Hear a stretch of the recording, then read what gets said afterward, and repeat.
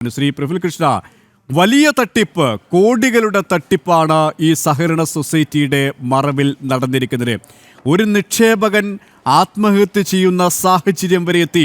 അദ്ദേഹത്തിൻ്റെ ശബ്ദ സന്ദേശം കഴിഞ്ഞ ദിവസം നമ്മൾ കേട്ടതാണ്, ചർച്ച ചെയ്തതാണ്. പക്ഷേ ഇതുവരെയും ഒരു നടപടിയും ഉണ്ടായിട്ടില്ല. ഈ നടപടി ഉണ്ടാകാത്തതിന് പിന്നിൽ ഈ ഭരണപക്ഷത്തിൻ്റെ പ്രബല ശക്തി തന്നെയാണോ? മുസ്ലിം ലീഗ്, കോൺഗ്രസ് നേതാക്കളുടെ നിയന്ത്രണത്തിലാണല്ലോ ഈ സൊസൈറ്റി.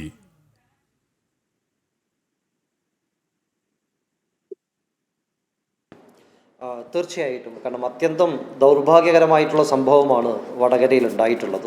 ഒരുപക്ഷെ കരുവന്നൂരും പുൽപ്പള്ളിയിലും ബത്തേരിക്കുമൊക്കെ ശേഷം ഇപ്പോൾ കടത്തനാട് ലേബർ കോൺട്രാക്ട് സൊസൈറ്റിയും ഇത്തരത്തിലുള്ള തട്ടിപ്പിൻ്റെ ഭാഗമാകുന്നു എന്നുള്ളതാണ് നമുക്ക് മനസ്സിലാക്കേണ്ടത്.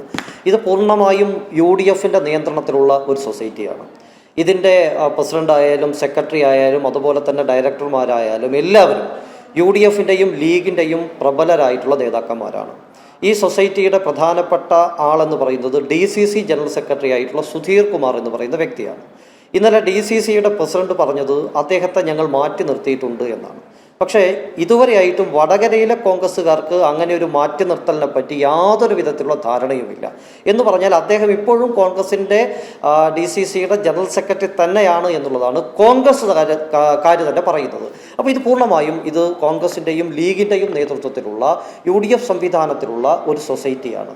മാത്രവുമല്ല, ഇതിൻ്റെ നിക്ഷേപ സ്വീകരണ ചടങ്ങ് നടന്നിട്ടുള്ളത് ലീഗ് ഓഫീസിൽ വെച്ചാണ്. കുഞ്ഞാലിക്കുട്ടി ഉൾപ്പെടെ, ഇപ്പോഴത്തെ മന്ത്രി ഉൾപ്പെടെ പങ്കെടുക്കുന്ന ഒരു ചടങ്ങ്.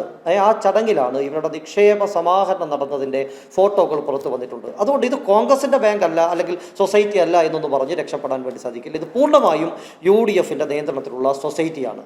മാത്രമല്ല, ഇദ്ദേഹം ഇബ്രാഹിം ഹാജി എന്ന് പറയുന്ന വ്യക്തി, അദ്ദേഹം മരിക്കുന്നതിൻ്റെ ഏകദേശം ഒരു അരമണിക്കൂർ മുന്നെയാണ് എനിക്ക് ചില വോയിസ് മെസ്സേജുകൾ അയച്ചിട്ടുള്ളത്. ഞാൻ ഈ ചർച്ചയ്ക്ക് ഇരിക്കുന്ന സമയത്ത് വളരെയധികം കുറ്റബോധത്തോടു കൂടി തന്നെയാണ് ഇരിക്കുന്നത്. കാരണം ഒരുപക്ഷെ ഇബ്രാഹിം ഹാജി മെസ്സേജ് അയച്ച സമയത്ത് അത് അതേ സമയത്ത് എനിക്ക് കാണാൻ സാധിച്ചിരുന്നുവെങ്കിൽ ഒരുപക്ഷെ അദ്ദേഹം ആത്മഹത്യ ചെയ്യില്ലായിരുന്നു. അദ്ദേഹത്തെ ആശ്വസിപ്പിക്കാൻ സാധിക്കുമായിരുന്നു, അദ്ദേഹത്തെ അതിൽ നിന്ന് പിന്തിരിപ്പിക്കാൻ സാധിക്കുമായിരുന്നു എന്നുള്ള പൂർണ്ണ ബോധ്യം എനിക്കുണ്ട്.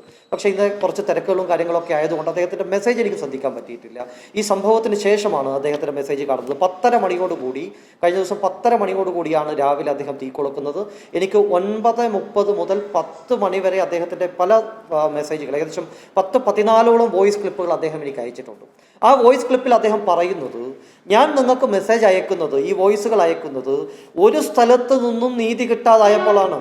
നിങ്ങളെങ്കിലും എൻ്റെ മരണശേഷമെങ്കിലും ഈ വോയിസ് ക്ലിപ്പുകൾ മാധ്യമങ്ങൾക്ക് കൊടുക്കണം, പോലീസ് അധികാരികൾക്ക് കൊടുക്കണം, അധികാരികൾക്ക് കൊടുക്കണം. ഇത് ലോകമറിയണം, എന്താണ് സംഭവിച്ചത് എന്നുള്ളത് ലോകമറിയണം. ആ പ്രതീക്ഷയിലാണ് അദ്ദേഹം എനിക്ക് മെസ്സേജുകൾ അയക്കുന്നത്. അദ്ദേഹം പറഞ്ഞിരിക്കുന്നത് ഏകദേശം 5ഓളം ആളുകളുടെ പേര് പറയുന്നുണ്ട്. Preena P secretary, Sudheer Kumar TV Pazhankavu, Basheer Ahammed, Fathima Manzil Memunda, അതുപോലെ തന്നെ Abdul Majeed director Kadathanad labour contract society, Raneesh ET 8 Thengullathil Chennoli. ഇതൊക്കെ അദ്ദേഹം എനിക്ക് അയച്ചിട്ടുള്ള മെസ്സേജിൽ എൻ്റെ മരണത്തിന് ഉത്തരവാദികൾ ഇന്നുന്ന ആളുകളാണ് എന്ന് പറഞ്ഞുകൊണ്ട് അദ്ദേഹം അയച്ചിരിക്കുന്നതാണ്. അപ്പോൾ അദ്ദേഹത്തിന് ഏകദേശം, അദ്ദേഹം ഈ വോയിസ് ക്ലിപ്പിൽ പറയുന്നത് ഏകദേശം 28 ലക്ഷത്തോളം രൂപ കടത്തനാട് സർവീസ് സൊസൈറ്റിയിൽ അദ്ദേഹം നിക്ഷേപിച്ചിട്ടുണ്ട് പല വർഷങ്ങളായി. ഇദ്ദേഹത്തിന് കൊടുത്ത മോഹന വാഗ്ദാനം എന്ന് പറയുന്നത് 12% വരെ പലിശ കൊടുക്കുമെന്നാണ്. ഈ കടത്തനാട് ലേബർ കോൺട്രാക്ട് സൊസൈറ്റിക്ക് ശതകോടിക്കണക്കിന് രൂപയുടെ വർക്കുകളുണ്ട്. ആ വർക്കുകളിൽ നിന്ന് കിട്ടുന്ന ലാഭം നിങ്ങൾക്ക് വിഹിതം തരും. അതുകൊണ്ട് എത്ര പൈസ ഞങ്ങൾക്ക് നിക്ഷേപിച്ചാലും നിങ്ങൾക്ക് ഒരു തരത്തിലുള്ള ബുദ്ധിമുട്ടും ഉണ്ടാകില്ല, നിങ്ങൾക്ക് ആവശ്യമുള്ളപ്പോൾ തന്നെ പൈസ തരുമെന്ന് പറഞ്ഞുകൊണ്ടാണ് പല തവണകളായി 28 ലക്ഷം രൂപ ഇദ്ദേഹത്തിൻ്റെ കയ്യിൽ നിന്ന് നിക്ഷേപം സ്വീകരിക്കുന്നത്. അതുമാത്രമല്ല, ഏകദേശം 15 ലക്ഷത്തോളം രൂപ ഇതിലെ ബിനീഷ് എന്ന് പറയുന്ന ഈ ഒരു സൊസൈറ്റിയുടെ നടത്തിപ്പുകാരൻ്റെ പേഴ്സണൽ അക്കൗണ്ടിലേക്ക് അദ്ദേഹം നിക്ഷേപിച്ചു കൊടുത്തു എന്നുള്ളത് കൂടി എനിക്ക് അയച്ച വോയിസ് ക്ലിപ്പിൽ പറയുന്നുണ്ട്. എന്ന് പറഞ്ഞാൽ ഏകദേശം 40-45 ലക്ഷത്തോളം രൂപയാണ് ഈ വയോധികൻ്റെ കയ്യിൽ നിന്ന് അദ്ദേഹം ജീവിതകാലം മുഴുവൻ കഷ്ടപ്പെട്ട് സ്വരുക്കൂട്ടിയ പണം മുഴുവൻ ഈ UDFിൻ്റെ നേതൃത്വത്തിലുള്ള ബാങ്കിലേക്ക് നിക്ഷേപിക്കുകയാണ്. അദ്ദേഹത്തിന് ഗുരുതരമായിട്ടുള്ള ഹൃദയ രോഗങ്ങളുണ്ട്, അദ്ദേഹത്തിന് കഴുത്തിന് രോഗമുണ്ട്, അദ്ദേഹത്തെ സംബന്ധിച്ചിടത്തോളം കാലിന് വലിയ ഗുരുതരമായ രോഗമുണ്ട്. എനിക്ക് അയച്ചു തന്ന മെസ്സേജിനകത്ത് അദ്ദേഹം ചില ചിത്രങ്ങൾ കൂടി എനിക്ക് അയച്ചു തന്നിട്ടുണ്ടായിരുന്നു.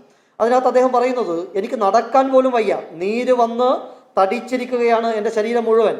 ഞാൻ ഒരു മരുന്ന് വാങ്ങിക്കാൻ എൻ്റെ വിദഗ്ധ ചികിത്സക്ക് വേണ്ടിയിട്ട് നിങ്ങൾക്ക് സൂം ചെയ്താൽ ഒരുപക്ഷെ കാണാൻ വേണ്ടി സാധിക്കുമായിരിക്കും. അദ്ദേഹത്തിൻ്റെ കാലിൻ്റെ ചിത്രമാണ് എനിക്ക് അയച്ചു തന്നിരിക്കുന്ന ചിത്രം. നീര് വന്ന് തടിച്ച് വീർത്തിരിക്കുന്ന കാല്. എനിക്ക് ഈ കാലും കൊണ്ട് കോടതി കയറാൻ പറ്റില്ല. എനിക്ക് ഈ കാലുകൊണ്ട് എനിക്ക് ബാങ്ക് കയറി ഇറങ്ങാൻ പറ്റില്ല. എൻ്റെ കാര്യത്തിൽ ഒരു തീരുമാനം ഉണ്ടാക്കി കൊടുക്കാൻ ഞാൻ കോൺഗ്രസിൻ്റെ നേതാക്കന്മാരെ മുഴുവൻ കണ്ടു. ഞാൻ അന്നത്തെ മുഖ്യമന്ത്രിയായിരുന്ന പിണറായി വിജയന് പരാതി കൊടുത്തു. CPM-ന്റെ നേതാക്കന്മാരെ ഞാൻ പോയി കണ്ടു. അന്ന് CPM ആണല്ലോ ഭരിക്കുന്നത്. തന്നെ എന്റെ കാര്യത്തിൽ ഇടപെടാൻ ഇവിടുത്തെ ഭരിക്കുന്നവരോ തീർച്ചയായിട്ടും. അപ്പോ ഈ കാര്യത്തിൽ ഒന്നും തന്നെ ഒരു ഇടപെടലുകളും CPM-ന്റെ ഭാഗത്തു നിന്നോ കോൺഗ്രസിന്റെ ഭാഗത്തു നിന്നോ ഉണ്ടായിട്ടില്ല. ഇത് അദ്ദേഹത്തിന്റെ കാലിന്റെ ചിത്രമാണ്. നീര് വന്ന് തടിച്ച് കറുത്ത് കരിവാളിച്ച് കിടക്കുന്ന അദ്ദേഹത്തിന്റെ കാല്. ഈ കാല് കാണിക്കാൻ പോലുമുള്ള പൈസ 40-45 ലക്ഷം രൂപ ബാങ്ക് അക്കൗണ്ടിൽ കിടക്കുമ്പോഴാണ് ഇത് കാണിക്കാൻ പോലുമുള്ള പൈസ, ആ പൈസ പോലും കൊടുക്കാനാകാതെ, ഡോക്ടറെ പോലും കാണിക്കാനാകാതെ ഗതികെട്ട് ജീവിക്കുകയായിരുന്നു ഇബ്രാഹിം എന്ന് പറയുന്നത്.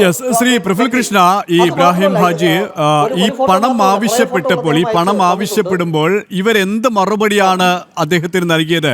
അത് ആ ശബ്ദ സന്ദേശത്തിൽ എങ്ങനെയാണ് അദ്ദേഹം വ്യക്തമാക്കുന്നത്?